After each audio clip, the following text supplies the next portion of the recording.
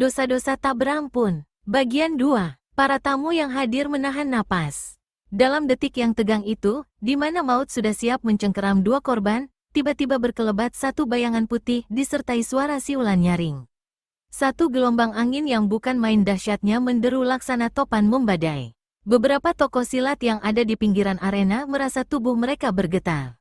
Di saat itu, tahu-tahu terdengar pekik tongkat baja hijau. Orang bersama tongkatnya mental keluar arena, menghantam dinding ruangan dengan keras. Ketika jatuh ke lantai, tubuh tongkat baja hijau tidak bergerak lagi. Mukanya hancur. Di tengah arena, semua mata menyaksikan seorang pemuda berambut gondrong sebahu, berpakaian dan berikat kepala serba putih tegak menyeringai. Bajunya yang tidak berkancing menyingkapkan dadanya yang penuh otot. Pada dada sebelah kanan ada raja 3 buah angka, berwarna hitam kebiruan. Jilid 4. Sepasang mata Raja Rencong dari utara membeliak seperti hendak melompat dari sarangnya. Kumis tebalnya berjingkrak dan rahangnya menggembung. Suara menggembor terdengar di tenggorokannya. "Pemuda keparat, siapa kau?" bentak Raja Rencong. Sementara semua orang yang hadir di tempat itu ada yang berdecak kagum, tapi banyak yang melengak heran karena tidak mengetahui apa sebenarnya yang terjadi, saking cepatnya gerakan-gerakan di atas arena. "Siapa aku tidak penting, aku mau bicara," jawab pemuda rambut gondrong seenaknya, dan membuat semua orang kini jadi tambah kaget melihat keberanian pemuda yang tak dikenal itu. "Keparat, kau minta mampus," teriak Raja Rencong menggeledek.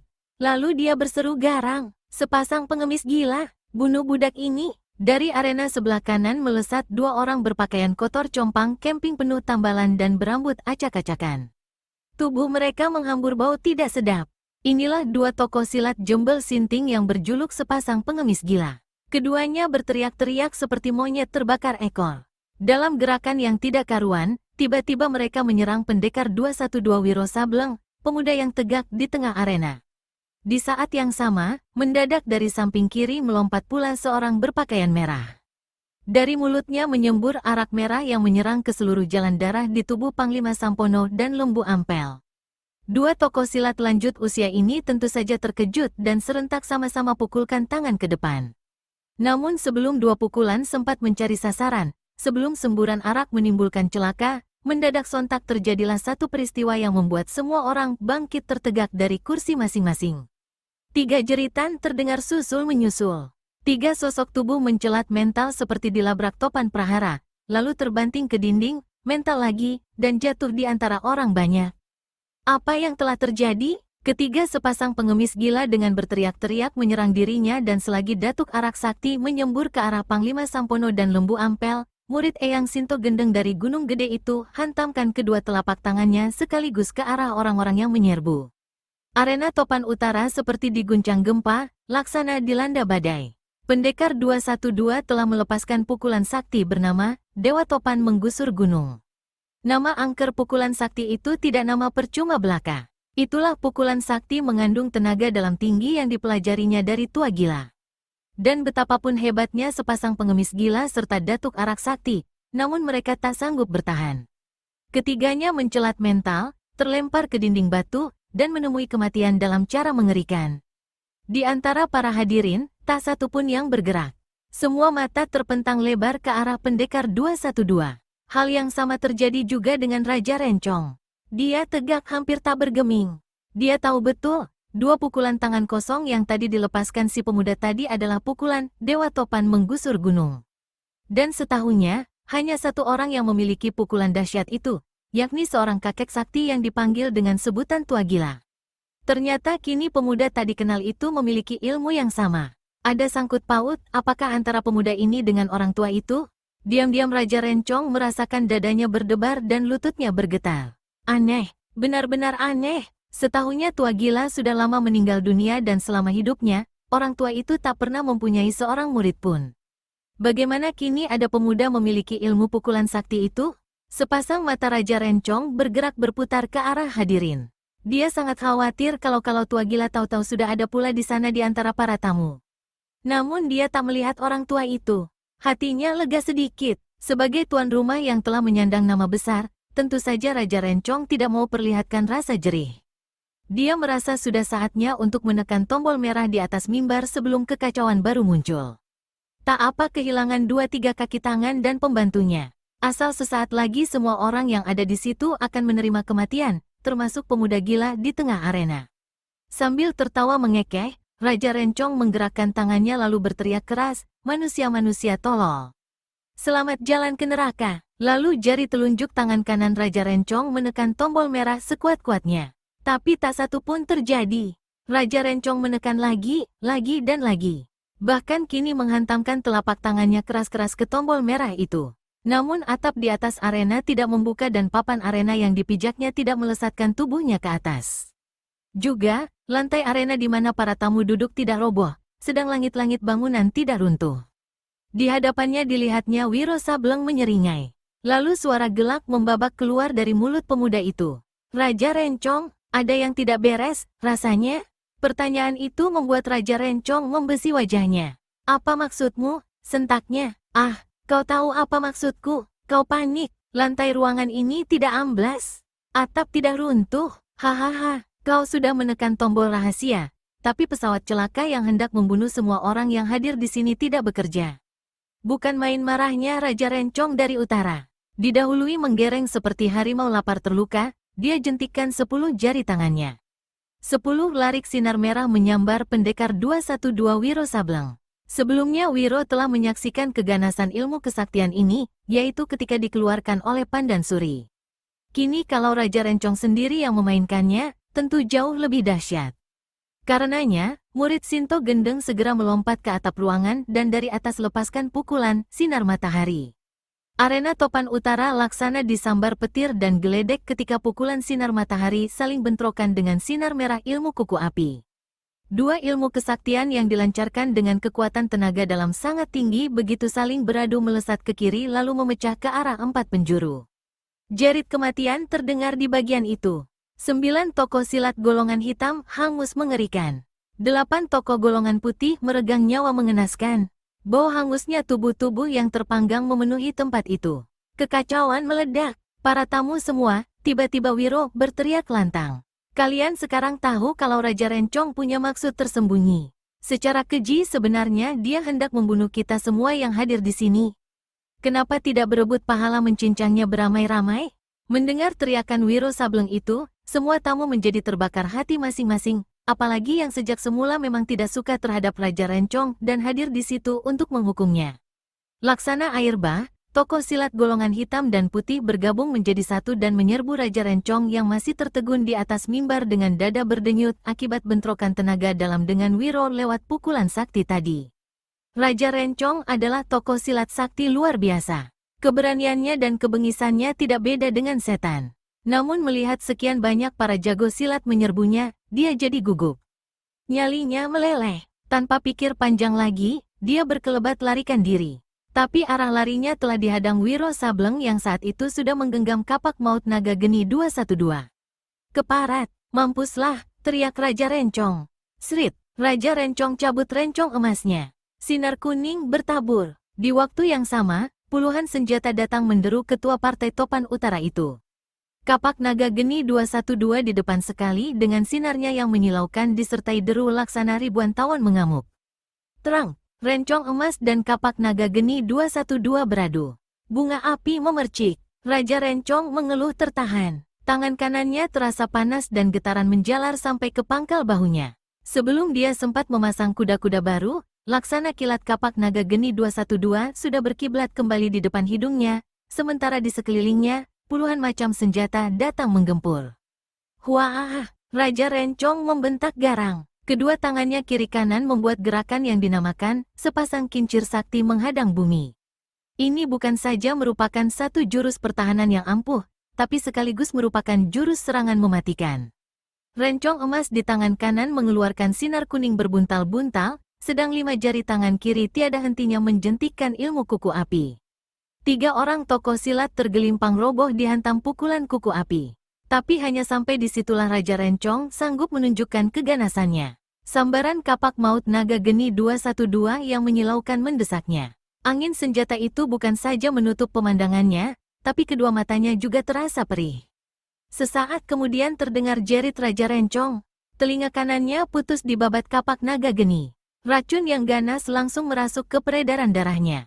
Sadar bahaya yang dialaminya, Raja Rencong cepat menotok beberapa urat penting di tubuhnya agar racun tidak menjalar menuju jantung. Lalu dengan segala kehebatan yang dimilikinya, Raja Rencong mengamuk membabi buta. Dua tokoh lagi roboh di tangannya, satu si antaranya adalah Lembu Ampel. Tokoh ini menjauhkan diri ke sudut ruangan. Dadanya luka parah akibat tikaman Rencong emas. Dia sadar racun jahat senjata itu sebentar lagi akan meranjam tubuhnya.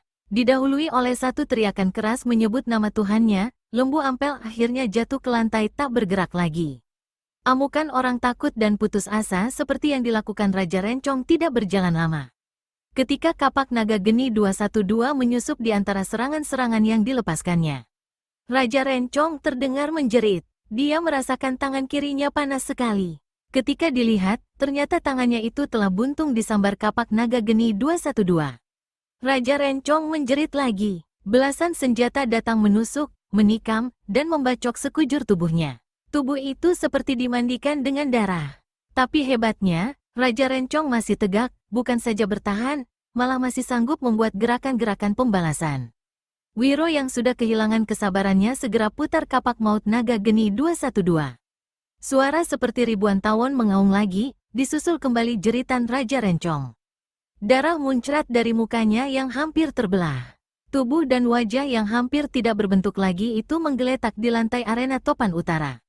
Darah bergelimang di mana-mana. Masih banyak para tokoh yang melampiaskan dendam kesumatnya menghujani tubuh tak bernyawa Raja Rencong itu dengan berbagai senjata, tendangan ataupun pukulan. Wiro maklum segala sesuatunya kini telah berakhir. Pemuda ini cepat tinggalkan tempat itu, lari menuju sebuah kamar di mana pesawat rahasia untuk membunuh para tokoh persilatan berada. Di situ menggeletak Pandansuri, putri Raja Rencong dalam keadaan tertotok. Apakah yang terjadi dengan darah berkerudung ungu ini? Seperti diceritakan sebelumnya, Wiro Sableng telah bertemu dengan Nyanyuk Ambar, orang tua sakti guru Raja Rencong yang berada dalam keadaan dirantai tak berdaya. Setelah melepaskan orang tua itu dari rantai yang mengikatnya, Wiro memergoki Pandansuri di kamar pesawat rahasia. Terjadi perkelahian. Dalam waktu 3 jurus, Wiro berhasil membuat gadis itu tak berdaya dan menotoknya hingga ketika ayahnya menekan tombol sebagai tanda agar dia menggerakkan pesawat rahasia, sang dara tak mampu melakukannya. Pemuda keparat, apa yang terjadi di luar sana? Aku dengar suara gaduh. Pandansuri mendamprat begitu Wiro masuk ke dalam ruangan. Pendekar 212 menyeringai. Kabar buruk bagimu. Ayahmu menemui kematian di arena topan utara. Riwayat keganasannya berakhir hari ini. Pandansuri merasakan tubuhnya seperti hendak meledak. Sepasang matanya di balik kerudung membeliak dan wajahnya tampak mengelam merah. Kurang ajar, pasti kau yang membunuh ayah. Aku dan puluhan tokoh silat yang hendak dicelakakannya, sahut Wiro. Kau membunuh ayah, berarti kau harus mati di tanganku. Wiro tertawa. Kenapa kau masih keras kepala dan tidak mau sadar? Apa kau ingin menemui nasib sama seperti ayahmu?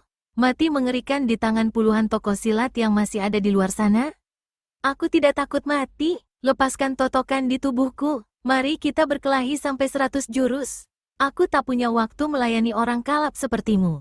Sebelum pergi, aku hanya ingin melihat wajahmu yang selalu tersembunyi di balik kerudung ungu itu. Kurang ajar, kalau kau berani melakukan itu. Tapi tangan Wiro sudah bergerak menarik kain kerudung tipis yang menutupi wajah Pandansuri. Begitu kerudung terlepas, terkejutlah pendekar 212 Wiro Sableng. Ih, kiranya parasmu cantik sekali. Wiro basahi bibirnya dengan ujung lidah dan garuk-garuk kepalanya yang gondrong. Hanya sayang, aku tak bisa menikmati kecantikan parasmu berlama-lama. Aku harus pergi dari sini bersama Nyanyuk Ambar. Selamat tinggal, darah jelita. Tunggu, teriak Pandansuri. Lepaskan dulu totokan di tubuhku. Wiro putar langkahnya, menatap paras Pandansuri sesaat, lalu berkata, kalau totokan di tubuhmu ku lepaskan, apa kau akan menyerangku dan mencari perkara baru? Demi setan, aku tidak akan melakukan apa-apa selain membaca sepucuk surat. Ini adalah aneh, ujar Wiro. Kau hendak membaca sepucuk surat. Dari siapakah? Tidak sangka kalau darah segalakmu ini bisa punya pacar. Aku memang tidak punya pacar dan surat itu bukan dari siapa-siapa. Tapi dari ayahku sendiri, ayahku yang kalian bunuh itu, jerit Pandansuri. Baiklah, tapi kalau kau bersumpah, aku tak mau kau melakukannya atas nama setan. Kau pasti punya Tuhan. Bersumpahlah atas namanya. Aku bersumpah demi Tuhan, teriak Pandansuri. Wiro melangkah mendekati. Tangan kanannya bergerak melepaskan totokan di tubuh sang dara. Tapi tangan kirinya diam-diam menyiapkan pukulan sinar matahari, untuk berjaga-jaga kalau tiba-tiba Pandansuri membokongnya setelah lepas dari totokan. Ternyata gadis itu memang tidak menyerangnya. Begitu tubuhnya bebas, dari balik pakaiannya dia mengeluarkan sepucuk surat. Tanpa memandang pada Wiro dia berkata, "Ayah berpesan, surat ini hanya boleh kubuka jika sesuatu terjadi dengannya. Yakni kalau dia menemui ajal." Sang dara membuka lipatan surat lalu membaca apa yang dituliskan Raja Rencong di situ. "Pandansuri, kalau aku sudah mati maka itulah saatnya kau harus mengetahui rahasia besar tentang dirimu. Sebenarnya kau bukanlah anak kandungku. Kau kuculik ketika masih kecil. Ayahmu adalah kepala kampung Pasir Putih. Kembalilah padanya dan tempuhlah jalan hidup yang baik. Orang yang pernah menjadi ayahmu, Raja Rencong." Surat itu terlepas dari pegangan Pandansuri. Air mata menggelinding membasahi pipinya. "Hai, ada apakah, saudari? Mengapa kau menangis?" tanya Wiro. Pertanyaan itu justru membuat Pandansuri menjadi mengeras isakannya. Wiro mengambil surat yang tercampak di lantai lalu membacanya. Pendekar ini kemudian menarik napas dalam. "Sekarang jelas bagimu, kau berasal dari orang baik-baik. Karenanya mesti kembali ke jalan yang baik. Mari kita tinggalkan Bukit Toba ini." Wiro memegang bahu Pandansuri, bantu gadis itu berdiri, lalu mengembalikan surat yang tadi dibacanya. Keduanya melangkah menuju kamar Nyanyuk Ambar untuk membawa orang tua itu sama-sama meninggalkan Bukit Toba, mengikuti puluhan tokoh silat yang lebih dahulu pergi meninggalkan tempat angkara murka tersebut. Jilid 5. Hanya beberapa ketika setelah para tokoh silat, Wiro Sableng, Pandansuri, dan Nyanyuk Ambar meninggalkan Bukit Toba, langit di atas bukit itu tampak menghitam ditutup gumpalan awan mendung. Di kejauhan, terlihat petir menyambar hampir tiada henti. Lalu dentuman geledek seperti hendak melumat bumi dan air danau. Tak lama kemudian, hujan lebat pun turun. Demikian derasnya hingga menutup batas pemandangan manusia. Di bawah hujan lebat begitu rupa, dari arah tenggara danau tampak melesat sebuah perahu kecil ditumpangi satu orang. Hujan yang lebat menutupi pemandangan hingga tak jelas siapa adanya orang di atas perahu itu. Namun begitu hujan mulai mereda dan pemandangan menjadi terang sedikit, kelihatanlah sosok tubuh di atas perahu kecil tadi. Ternyata dia adalah seorang nenek berpakaian rombeng, bertubuh kurus kering. Rambutnya yang putih diikat di atas kepala membentuk secuil konde. Berlawanan dengan pakaiannya yang buruk rombeng, di bahunya tersandang sebuah selendang hitam besar berhiaskan bunga-bunga dari benang emas. Di tangan kanannya, nenek aneh ini memegang sebuah tongkat bambu kuning kecil. Bambu inilah yang dijadikannya sebagai kayu pendayung. Walaupun cuma sebuah bambu kecil, namun hebatnya benda ini menjadi pendayung yang ampuh luar biasa. Perahu yang dikayu tampak melesat membelah air danau yang bergelombang akibat hujan yang baru saja turun deras. Di tangan kirinya, si nenek memegang sebuah tabung kaca berbentuk bulat dan sangat ramping bagian tengahnya. Tabung kaca ini diisi dengan pasir. Pasir di bagian atas tabung mengucur jatuh sedikit demi sedikit ke bagian tabung sebelah bawah. Saat itu, jumlah pasir yang jatuh ke bagian bawah tabung kaca telah mencapai setengah ketinggiannya. Sepasang mata si nenek tiada hentinya memperhatikan tabung itu sementara tangan kanannya terus mendayung dengan tongkat bambu kecil. "Cepatlah, perahu, cepatlah. Kalau sampai terlambat, celakalah. Aku harus menunggu sampai ada korban lainnya. Mungkin setahun, mungkin 5 tahun, mungkin 10 tahun, atau mungkin tidak untuk selama-lamanya. Cepat, perahu, cepatlah, antarkan aku ke pulau di depan sana. Cepat." Tak selang berapa lama, perahu kecil itu berhasil mencapai pulau di tengah danau. Pasir di tabung kaca sebelah bawah hampir mencapai 2/3 ketinggian tabung. Tanpa menunggu sampai ujung perahu menyentuh daratan pulau, si nenek langsung melompat dan laksana terbang lari menuju puncak Bukit Toba. Jalan yang ditempuh sulit dan licin akibat hujan, namun si nenek sigap sekali gerakannya. Jangankan terpeleset, malah enak saja dia melompat dan berlari, makin lama makin kencang hingga akhirnya dia sampai di puncak Bukit Toba, langsung menyelinap masuk ke dalam bangunan bertingkat 2. Begitu sampai di ruangan besar yang disebut Arena Topan Utara, si nenek lelerkan lidah gelengkan kepala. Kedua matanya terbeliak, mayat dilihatnya bergelimpangan di mana-mana. Darah bergenang di pelbagai penjuru. Dia melirik ke tabung kanan di tangan kirinya. Lalu tersentak bila ingat waktunya hanya tinggal sedikit. Seperti seekor burung pemakan mayat, nenek ini melompat ke pertengahan arena topan utara. Dia memandang berkeliling. Kaki dan tongkatnya mengungkit setiap sosok tubuh di dekatnya. Tapi orang atau mayat yang dicarinya belum juga bertemu. Dia memandang lagi berkeliling. Pasir di dalam tabung hampir mencapai titik tertingginya. Si nenek menjerit saking khawatirnya. Kemudian kedua matanya yang besar itu melihat sosok tubuh yang dicarinya. Tergeletak tak jauh dari Mimbal. Itu dia, pekik si nenek gembira. Sekali lompat saja dia sampai di samping Mimbal. Sosok tubuh itu amat mengerikan. Penuh bacokan puluhan senjata. Keadaannya seperti dicincang. Lebih mengerikan lagi, bagian kepalanya. Telinga kanan buntung. Bagian wajah sulit dikenali karena hampir terbelah oleh luka besar yang menguak. Kasihan kau, anak manusia. Tapi tunggulah, sebentar lagi kau akan kutolong. Kau belum saatnya mati, belum saatnya. Si nenek mendongak ke atas, tertawa seperti kuda meringkik, lalu bantingkan tabung kaca di tangan kirinya ke lantai. Tabung kaca itu pecah dengan mengeluarkan ledakan nyaring. Pasir di dalamnya muncrat ke udara disertai kepulan asap berwarna kelabu, berbau busuk luar biasa. Sambil melangkah terserok-serok, nenek aneh itu acungkan tongkatnya tinggi-tinggi ke atas. Mulutnya komat kamit melafalkan mantra. Tiba-tiba dia memekik keras. Aneh, ujung buntalan asap kelabu menyambar ke ujung tongkat bambu. Lalu laksana sehelai selendang panjang bergerak mengikuti kemana bambu itu bergerak. Si nenek turunkan bambu di tangan kanannya mendekati kepala mayat yang terbelah. Begitu sampai di bagian kepala, ujung tongkat disapukannya sepanjang belahan yang mengerikan itu. Aneh, luar biasa. Perlahan-lahan, setelah disapukan beberapa kali, kepala yang terbelah oleh hantaman kapak naga geni 212 itu bertaut kembali, meskipun tetap meninggalkan bekas yang mengerikan, yaitu mulai dari kening, memanjang ke bawah melewati mata kiri dan pipi kiri. Si nenek tertawa tinggi. Ujung tongkat berputar-putar sesaat lalu mengusap-usap ke seluruh bagian tubuh yang seperti dicincang itu. Kembali keanehan terjadi. Tubuh yang penuh luka itu juga bertaut kembali.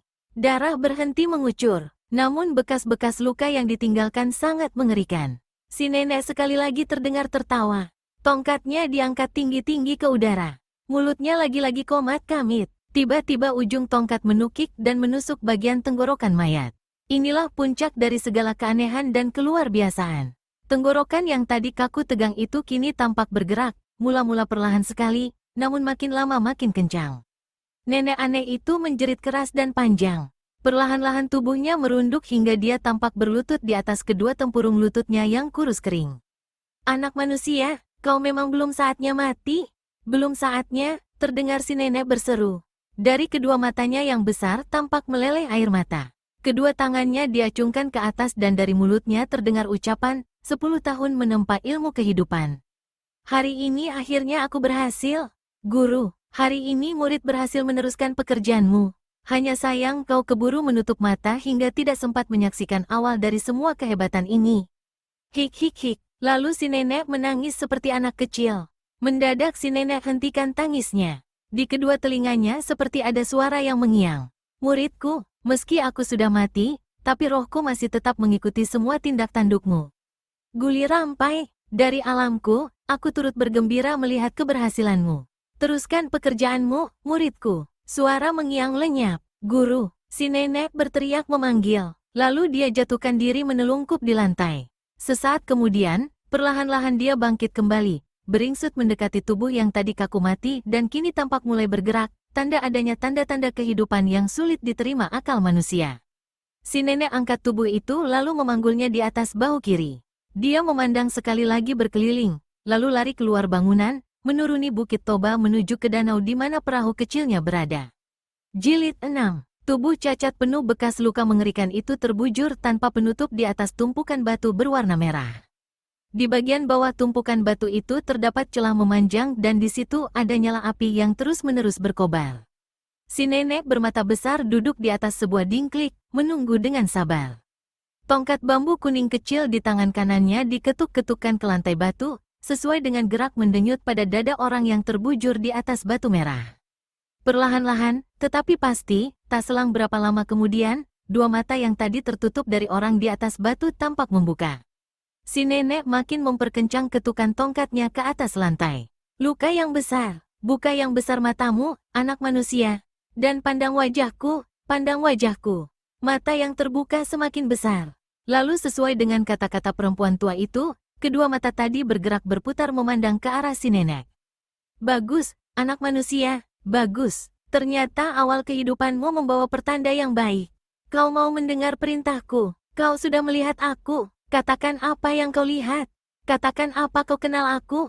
Buka mulutmu, buka. Kau bisa bicara, kau tidak bisu. Kau pasti bisa menjawab. Hai, siapa kau orang tua? Aku tidak kenal padamu. Tiba-tiba meluncur ucapan itu dari orang lelaki berwajah mengerikan di atas batu. Si nenek tertawa mengikik. Hih, suaramu jelek, tapi tidak apa. Yang penting kau bisa bicara. Hik hik hik. Siapa kau? Siapa kau? Hik hik hik. Tentu saja kau tidak kenal aku. Aku adalah nenek tua bernama Guli Rampai bergelar iblis sesat jalan hidup. Aku orang yang telah menghidupkanmu dari kematian. Menghidupkan aku dari kematian? Apakah aku pernah mati? Orang di atas batu bertanya. Hik hik hik, kau memang pernah mati. Malah kalau aku sampai terlambat menemui mayatmu, tak mungkin aku bisa menolong menghidupkanmu kembali. Setelah mati dan dihidupkan kembali, apakah kau masih bisa mengingat siapa dirimu? Sepasang mata itu, yang sebelah kiri ada guratan angker bekas bacokan, menatap langit-langit ruangan. Lalu dari mulut orang ini meluncur ucapan, namaku Kumbara. Gelarku Raja Rencong dari Utara. Aku ketua Partai Topan Utara. Hebat, kau hebat, sungguh luar biasa. Ternyata kau masih ingat siapa dirimu. Otakmu masih berjalan baik. Tidak percuma aku memilihmu dan membawamu ke puncak Gunung Sorik Marapi ini. Kau telah hidup kembali. Tetapi untuk mencapai kesempurnaan, kau harus menunggu 1 tahun. Sebelum kau kusemayamkan selama 1 tahun, apakah ada pertanyaan? Sosok tubuh di atas batu merah yang ternyata adalah Raja Rencong dari Utara alias Hang Kumbara kembali menatap langit-langit ruangan di atasnya. Aku memang ada 1 pertanyaan. Mengapa kau menghidupkan aku yang katamu sudah mati ini?